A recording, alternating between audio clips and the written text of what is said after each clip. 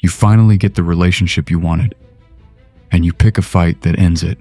You get the opportunity you worked for, and you find every reason not to take it. This is not random. Your brain has a reason. In the next 16 minutes, you're going to understand exactly what that reason is. The mechanism underneath the behavior.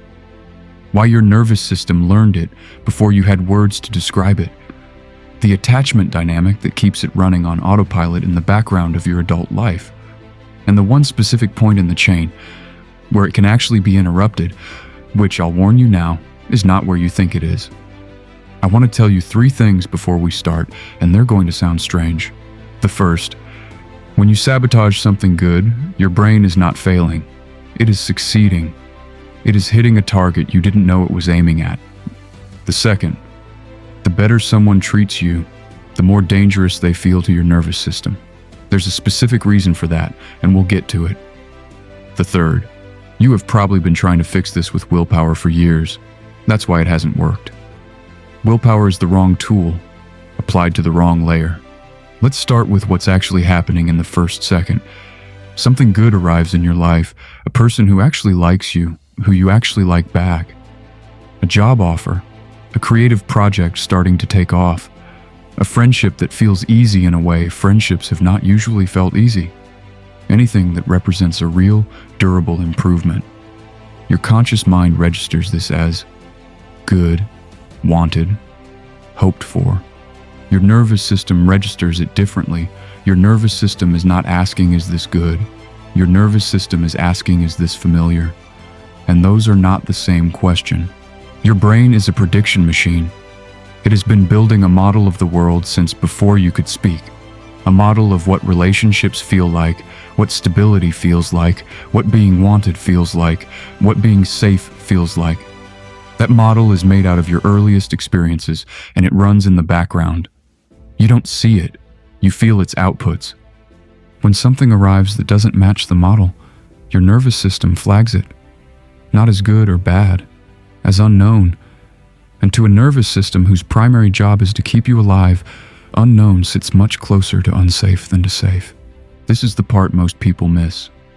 Your nervous system is not optimizing for your happiness. It is optimizing for predictability. It would rather have you in a familiar kind of pain than an unfamiliar kind of good, because familiar pain is survivable. You have evidence. Unfamiliar good is not yet survivable.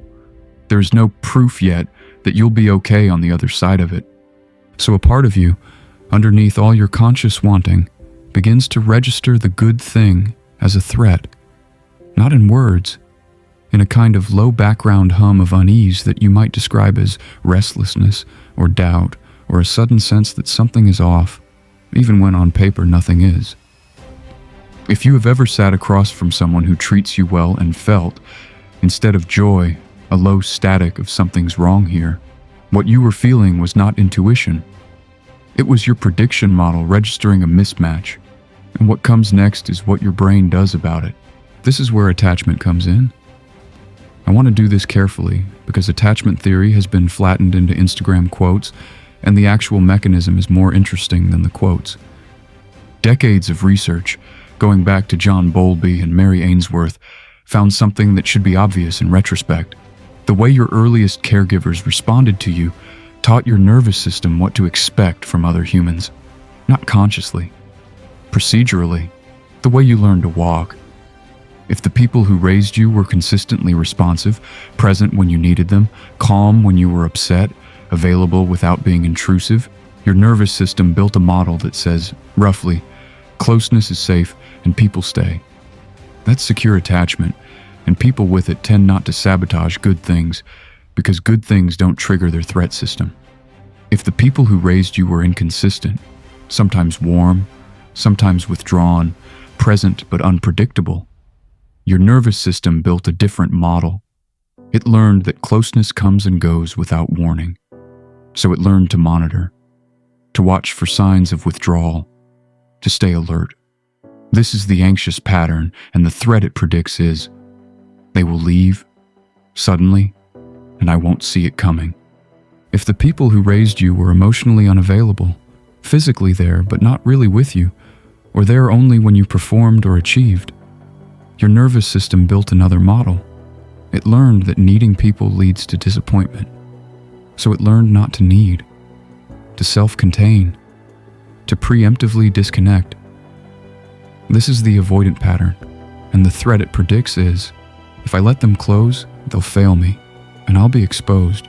There is a third pattern, the disorganized one, where the same person was both the source of comfort and the source of fear, and the nervous system never resolved the contradiction. In that pattern, intimacy itself feels dangerous, because the model says closeness and threat are the same thing. Here is why this matters for what we are talking about. When something good arrives in your adult life, a partner who shows up, an opportunity that delivers, your nervous system does not appraise it fresh. It appraises it through whichever model it built. It runs a threat prediction based on a template that was finalized before you had the vocabulary to question it. Imagine you've just started dating someone who actually shows up consistently. They text when they say they will. They don't play games. They seem genuinely glad to see you. If your model is the anxious one, you might find yourself, around week 3, suddenly convinced something is off. They were a little quiet on the phone. Did they sound different? You start checking, testing, pulling at the thread to see what's holding it together and pulling it loose in the process. If your model is the avoidant one, you might find yourself, the moment things start to feel real, suddenly noticing everything wrong with them. Their laugh, the way they chew, things you did not see before. You start pulling away and you tell yourself you're just being honest about what isn't working. Different behaviors, same engine. Both nervous systems doing exactly what they were trained to do. And here is the thing I promised I'd come back to. The reason this gets worse, the better someone treats you. It is not a paradox. The better they treat you, the larger the gap between the new reality and your prediction model. The larger the gap, the louder the threat signal. The kindness itself is what's setting off the alarm. You are not sabotaging despite the fact that they're good. You are sabotaging because they're good. So now we have a nervous system flagging something good as a threat, running a prediction that says, this will be taken from you and it will hurt worse than never having had it. What does the brain do? It runs the strategy that historically worked. Think about that phrase for a second. Historically worked. For whom? For a younger version of you, in an environment that no longer exists. Your protective mechanism was built by a child solving a problem that adult you no longer has. But the mechanism doesn't know that. It just runs. And the strategy is always some version of the same move, ended on my terms, before it ends on theirs. Preempt the loss. Take the hit while you still have control over when it lands, because a hit you saw coming, that you authored, is survivable. A hit you didn't see coming that someone else delivered was, once, when you were small, not survivable. So you pick the fight. You find the flaw, you don't reply to the email, you don't send the application, you ghost, you go cold, you become someone they would want to leave, so that when they leave, it confirms what you already believed instead of breaking what you had started to hope. This is the move people call self-sabotage. But notice what it actually is. It is not failure. It is a successful execution of an old protocol. Your brain is hitting the target it was set to hit. The target just happens to be the destruction of the thing you consciously wanted. And this is the moment a lot of people, when they finally see it clearly, have a strange experience. They start watching their own behavior with new eyes. They notice that the exact fight they pick is always about the same thing, usually about whether they're being abandoned or whether they're being trapped. They notice that the moment they pulled out of the job came right after someone said they were proud of them. They noticed that the friendship they let drift was the one where they were starting to feel known. You are not random. You have a pattern. And the pattern has a logic, even though the logic is outdated. Some of you, watching this, are running through your last few relationships in your head right now, or your last few near misses with something you wanted. And you're starting to see the shape of it, the way the same move repeats, dressed up as a different reason each time. Different stories, same engine. If that's where you are right now, seeing it for the first time, I want to say something. The reason you could not stop this with effort is not that you did not try hard enough. It is that the effort was pointed at the wrong part of the chain. Let me show you where the leverage actually is. Most people, when they realize they self-sabotage, try to fix it at the behavior layer. They try to not pick the fight, not pull away, not ghost. They white-knuckle their way through a moment of activation and call it growth. This sometimes works once. It almost never works twice. Because by the time the behavior is happening, you are already deep into the chain. The trigger has fired. The appraisal has run. The threat prediction has dropped you into a nervous system state where the protective response feels not optional. It feels necessary. Trying to override it at that point is like trying to argue with a smoke alarm. The leverage point is earlier. It is at the appraisal layer. The appraisal is the moment between something good is happening and therefore something bad is about to happen. That gap is usually tiny, half a second, sometimes less. But it is where the entire prediction lives. And it is the only place where awareness has any real power, because everything after it is autopilot. What this looks like in practice is not glamorous. It is noticing. It is catching the body before the story. The small clench in your chest when they text something warm. The flat feeling that descends when you get the email saying yes.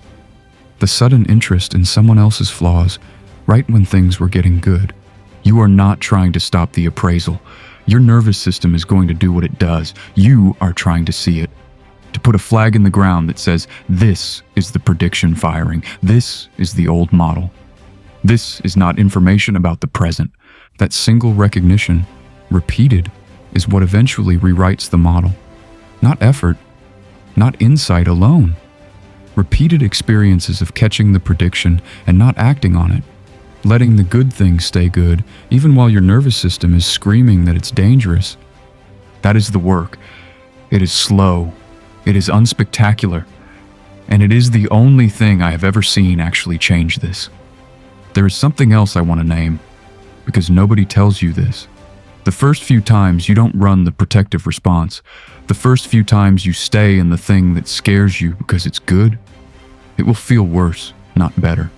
Your nervous system will read your staying as confirmation that the threat is real. It will turn the volume up. This is the part where most people quit and tell themselves the relationship was wrong, the job was wrong, the friend was wrong. It wasn't. The alarm was just doing its job. So let's pull it together. When you sabotage something good, you are not weak. You are not broken. You are not the person you are afraid you are. You are running a piece of software that was installed in you before you had a choice by an environment that is no longer the one you live in. The software is doing exactly what it was written to do. The problem is not the software. The problem is that nobody told you it was running. Now you know it is running. You know what it is protecting you from. You know what it is costing you. And you know where in the chain it can be interrupted, not at the behavior, where it's already too late, but at the appraisal, where you have half a second of grace before the old prediction takes over. That half second is enough. Not the first time, not the 10th, but over enough repetitions, it is how the model changes. It is how good things start being allowed to stay.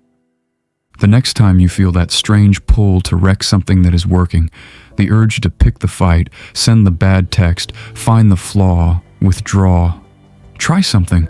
Don't try to stop it, just notice it. Say to yourself, that's the old prediction. That's not information about now. And then, let the good things stay good for one more hour. That's all. One more hour. That is where it starts. If you want to understand the next piece of this, why your nervous system learned this particular pattern in the first place, and how to tell which attachment template is running underneath your version of it, that's the next video. I'll link it. And if you want to keep walking through the machinery of your own mind, the rest of this channel is for that. Not to fix you. You don't need fixing. Just to show you what's running, so you can stop being afraid of yourself.